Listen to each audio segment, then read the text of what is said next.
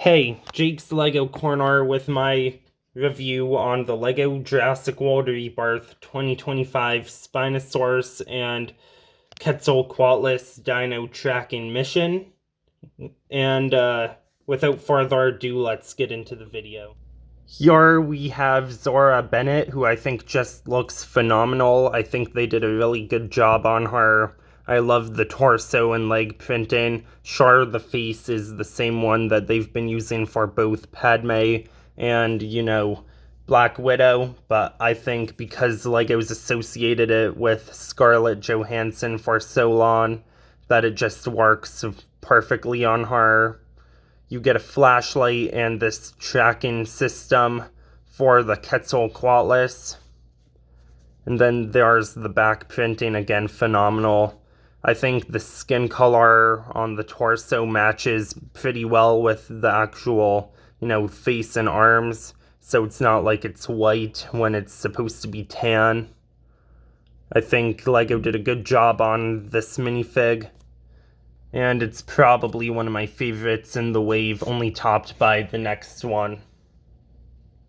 Here we have Dr. Henry Loomis, and I think they did a good job on him as well. He's probably my favorite of the minifigs.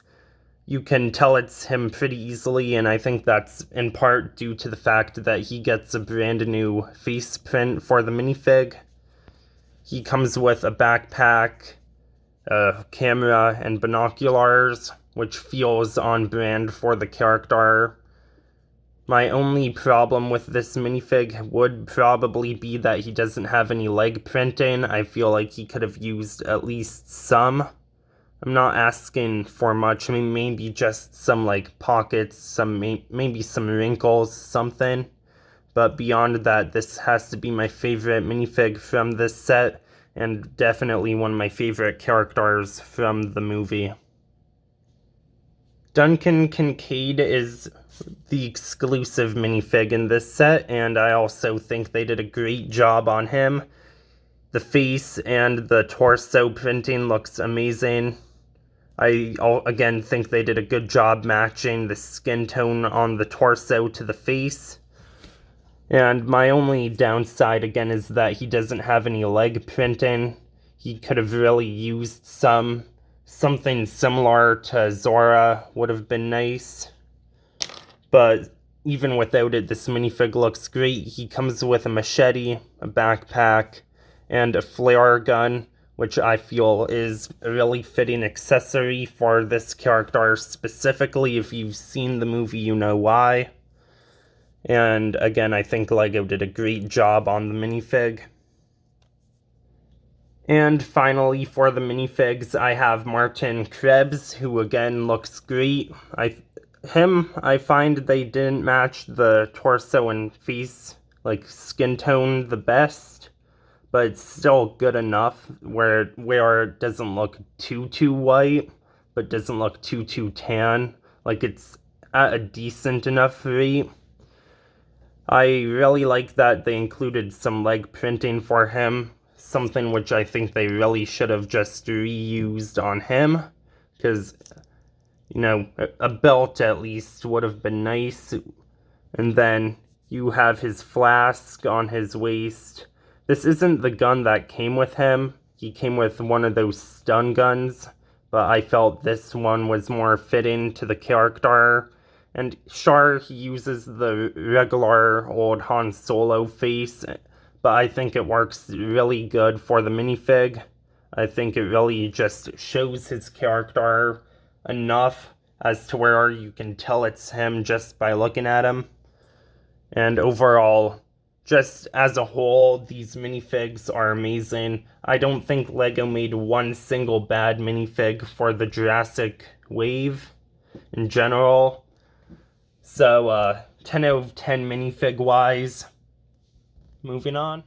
Here we have the Quetzalcoatlus, which for some reason is barely fitting on my screen.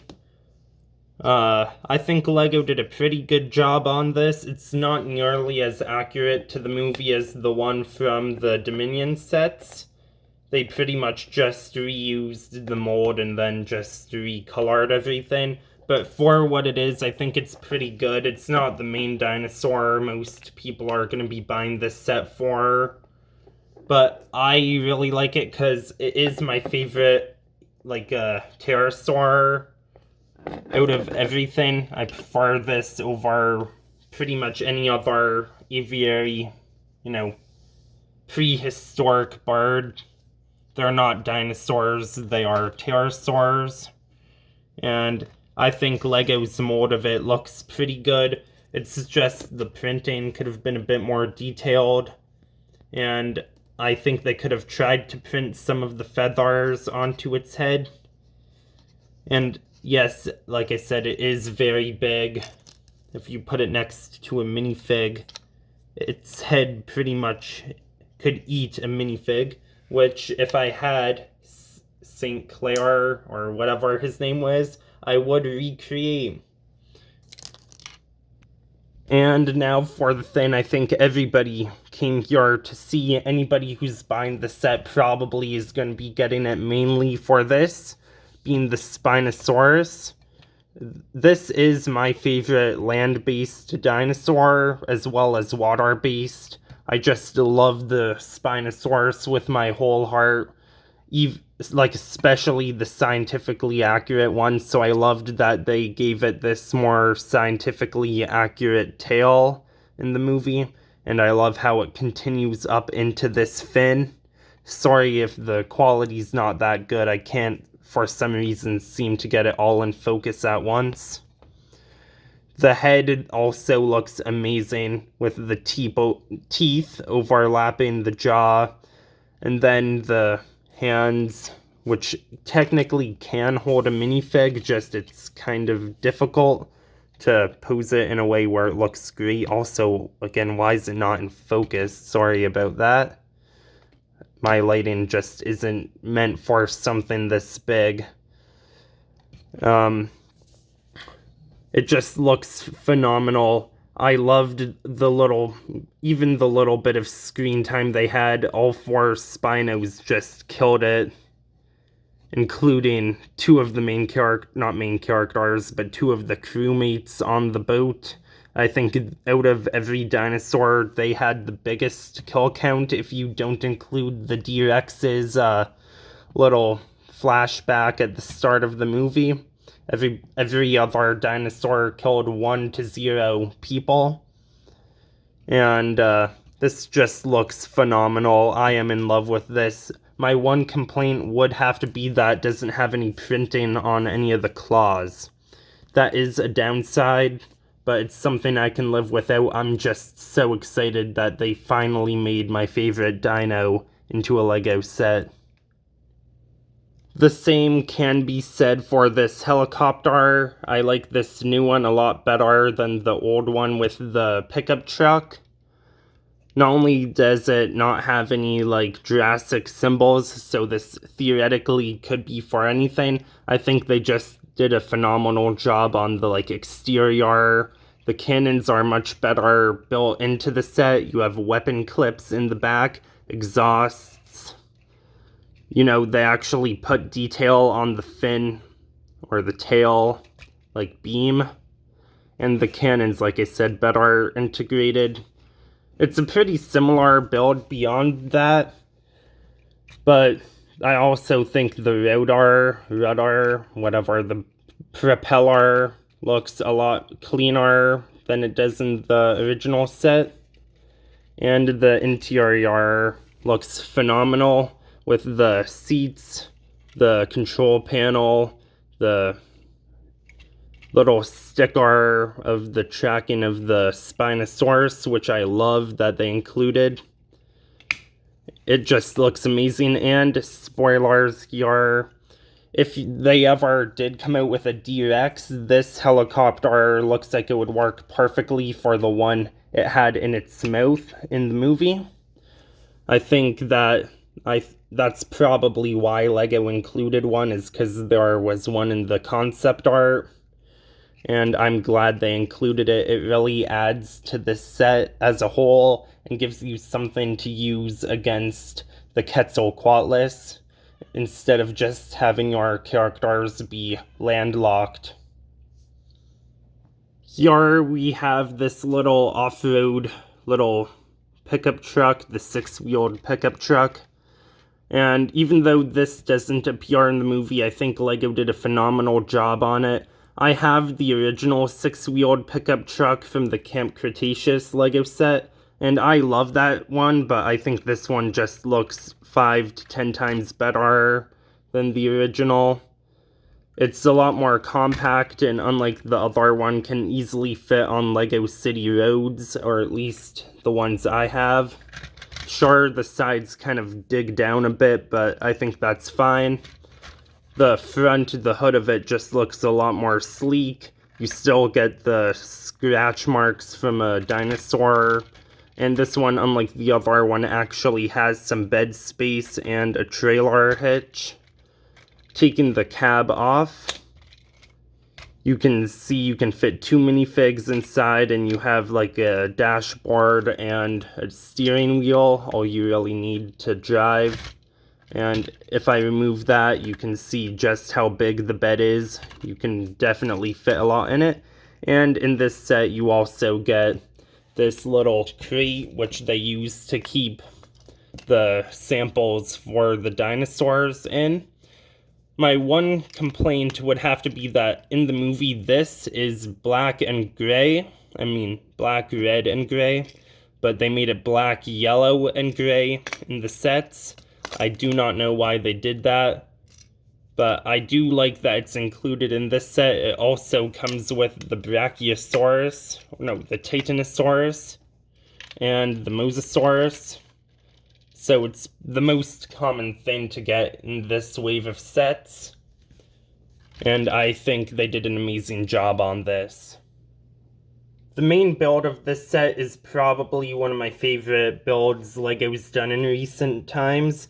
I am a sucker for like ancient temples and ancient artifacts, so I do kind of have a bit of a leanway towards this type of build in general. But I think LEGO did a really good job. Looking at the movie, this is obviously what it's supposed to be in the movie. I think they did a good job depicting the mouth of the temple or Quetzalcoatlus nest. And then you have the waterfall over here, like there is in the movie. And you have the climbing wall to depict them, well, climbing or rappelling down to the temple or the nest. My one complaint would be that, unlike the movie, the nest is on top, where really it should be on the bottom, like inside, but that's not that big of a deal.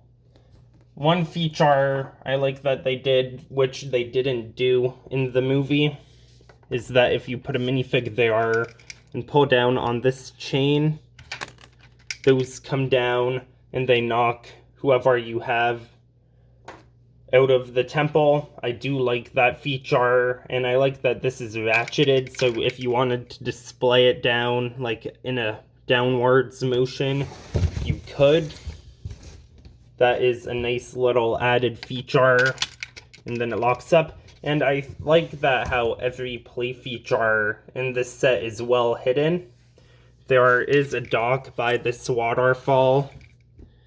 And if you get the Mosasaurus boat set, then you can put the boat here. I think that's nice as well. If you lift up the waterfall, you have a path going down into the temple.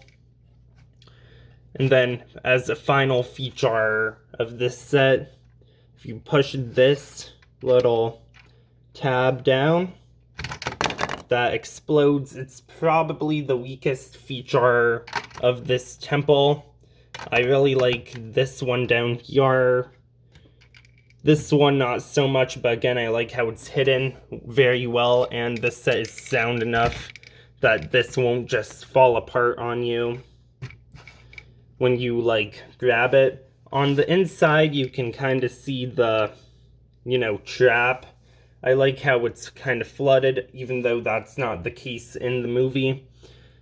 You have some details here, and then inside you have an artifact and an artifact, as well as some cave paintings right there.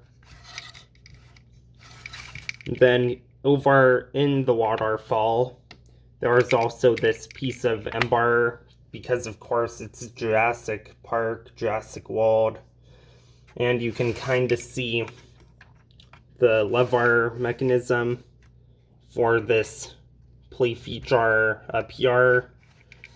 And then if I tilt this back, you can see the feature mechanism for the, well, the booby trap. This, again, I have an affection towards historical artifacts and temples, so I am definitely biased towards this set. Is it expensive? Yes. Is it overpriced? Absolutely.